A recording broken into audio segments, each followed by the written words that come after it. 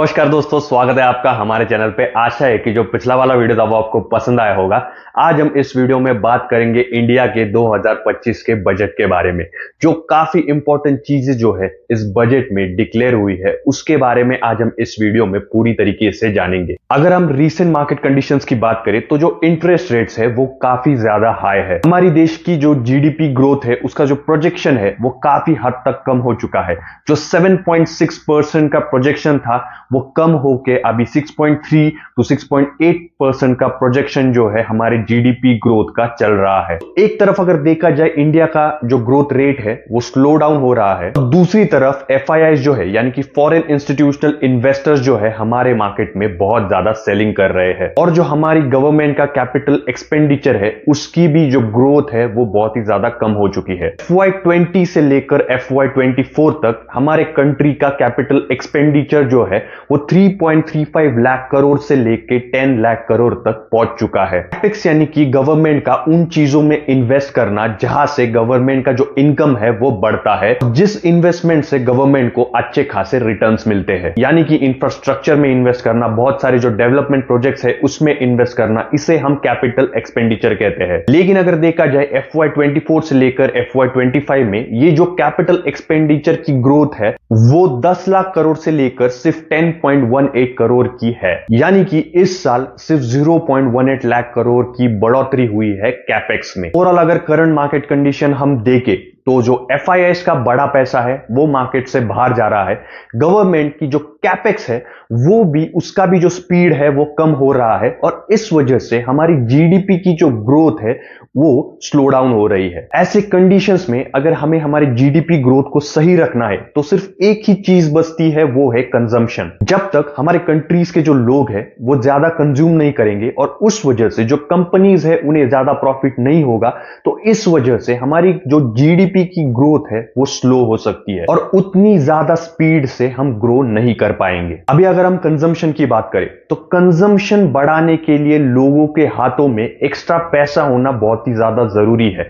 अगर लोगों के हाथ में एक्स्ट्रा पैसा होगा तो वो खर्च करेंगे मार्केट में जाके और उस वजह से जो कंजम्पशन है वो बढ़ेगा। और एक्स्ट्रा पैसा यानी कि लोन, लेकिन लोन के जो इंटरेस्ट रेट्स अभी चल रहे हैं वो बहुत ही ज्यादा हाई चल रहे हैं, तो इस वजह से लोग लोन नहीं ले रहे ज्यादा और उस वजह से जो हमारे मार्केट में कंजम्पशन है वो बहुत ही ज्यादा कम हो चुका है। तो इस वजह से इस बजट की जो टाइमिंग है वो बहुत ही ज्यादा बढ़िया है हमारी इकोनॉमी के लिए। पहले जो इनकम टैक्स स्लैब था कि 7 लाख के अंदर वाले जो लोग हैं उन्हें 0 इनकम टैक्स भरना पड़ रहा था, वही जो टैक्स स्लैब है उसे 12 लाख तक कर दिया गया है।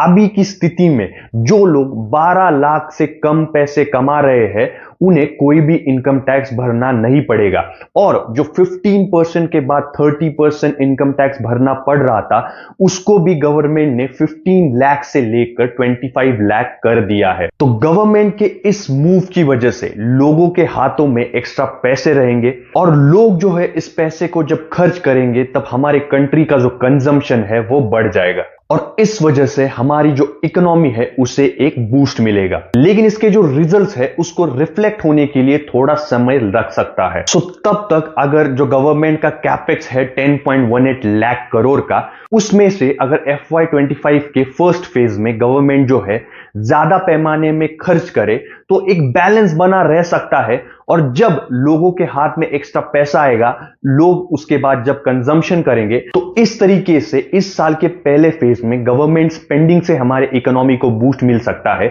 और उसके बाद लेटर हाफ में जब लोग ज्यादा कंज्यूम करेंगे उसके बाद एक बूस्ट हमारे इकोनॉमी को कंजम्पशन से मिल सकता है। ओवरऑल अगर देखा जाए ये जो 12 लाख तक 0 इनकम टैक्स वाला मूव गवर्नमेंट ने जो किया है वो बहुत ही ज्यादा पॉजिटिव है हमारे मार्केट्स के लिए। इतने सालों से जो सब लोग बोल रहे थे कि मिडिल क्लास को नजरअंदाज किया जा रहा है, सो इस बजट में पूरी तरीके से मिडिल क्लास पे ध्यान दिया गया है। इस बार अगर देखा जाए तो एग्रीकल्चर सेक्टर, रूरल डेवलपमेंट और MSMEs पर गवर्नमेंट ने बहुत ही ज्यादा ध्यान दिया है और इस वजह से आम नागरिक है उन्हें बहुत ही ज्यादा फायदा होने वाला है।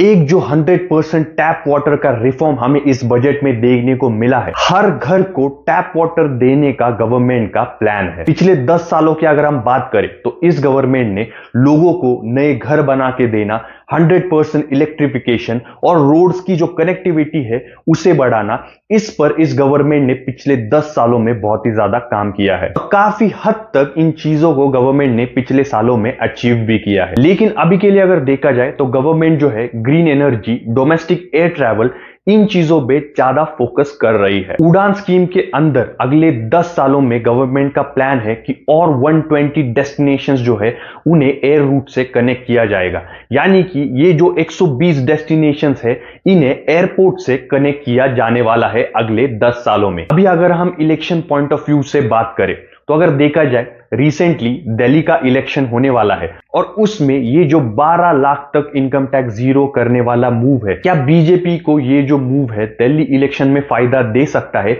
ये तो देखने वाली चीज रहेगी। और वही दूसरी तरफ अगर देखा जाए 2025 के अक्टूबर या नवंबर में बिहार में भी असेंबली इलेक्शंस होने वाले हैं और ओवरऑल अगर देखा जाए इस बजट में काफी सारी चीजें जो है बिहार के लिए अलॉट की गई है।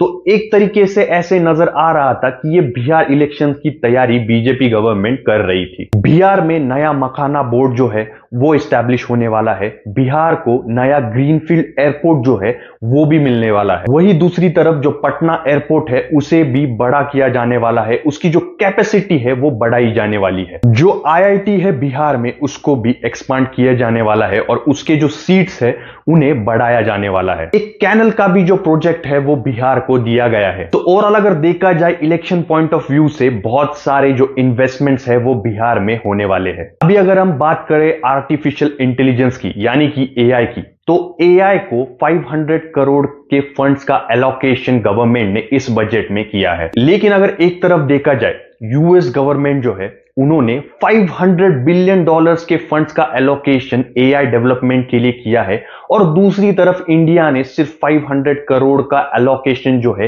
एआई के लिए हमारे कंट्री में किया है। तो अगर हम डिफरेंस की बात करें तो बहुत ही बड़ा डिफरेंस हमें इधर देखने को मिल रहा है। हालांकि हम जानते हैं कि इंडिया जो है 500 बिलियन डॉलर्स का एलोकेशन एआई के लिए नहीं कर सकता, लेकिन कुछ हद तक एआई को सीरियसली लेके इंडिया को ये जो बजट है ये बढ़ाना बहुत ही ज्यादा इंपॉर्टेंट है। इंडियन गवर्नमेंट ने रिसेंटली अनाउंसमेंट की है कि 2025 के एंड तक इंडिया के पास खुद का एआई होगा, चैट जीपीटी की तरह। ओवरऑल अगर देखा जाए सिर्फ गवर्नमेंट इस सेक्टर में कुछ नहीं कर सकती, जो हमारे प्राइवेट प्लेयर्स है उनका कंट्रीब्यूशन इस सेक्टर में बहुत ही ज्यादा इंपॉर्टेंट है। जो हमारे इंडिया के बड़े प्लेयर्स है, जिनकी बड़ी बड़ी कंपनीज है, जिनकी बड़ी बड़ी प्राइवेट कंपनीज है, उनको एआई में इन्वेस्ट करना बहुत ही ज्यादा इंपॉर्टेंट है और अलग अलग टेक्नोलॉजीज में ऐसे बड़े बड़े प्राइवेट प्लेयर्स ने इन्वेस्ट करना चाहिए ताकि इन सेक्टर्स में हमारी कंट्री की डेवलपमेंट हो। अकेले गवर्नमेंट ही सब कुछ कैसे कर सकती है। बाकी अगर देखा जाए तो एजुकेशन के लिए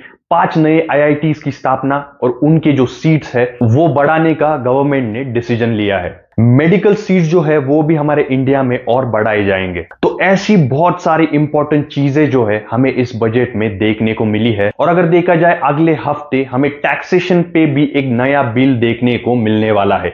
गवर्नमेंट जो है टैक्सेशन पे एक नया बिल जो है वो इंट्रोड्यूस करने वाली है। एक जो चीज इस बजट में हमें मिसिंग दिखी वो है बुलेट ट्रेन।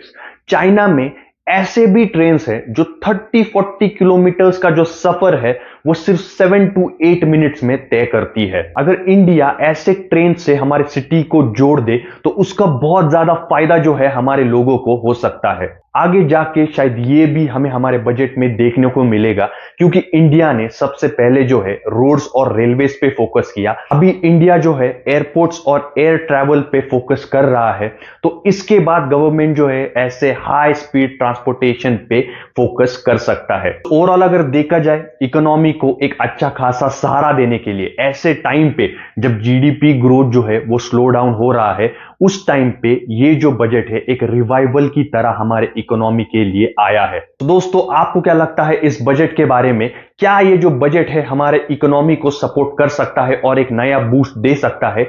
आपको क्या लगता है आप हमें कमेंट्स में लिख के जरूर बताइएगा। और अगर आपको ये इंफॉर्मेशन पसंद आई हो तो इसे अपने दोस्तों के साथ जरूर शेयर कीजिएगा और ऐसे और इंफॉर्मेटिव वीडियोस के लिए हमारे चैनल को सब्सक्राइब जरूर कीजिएगा।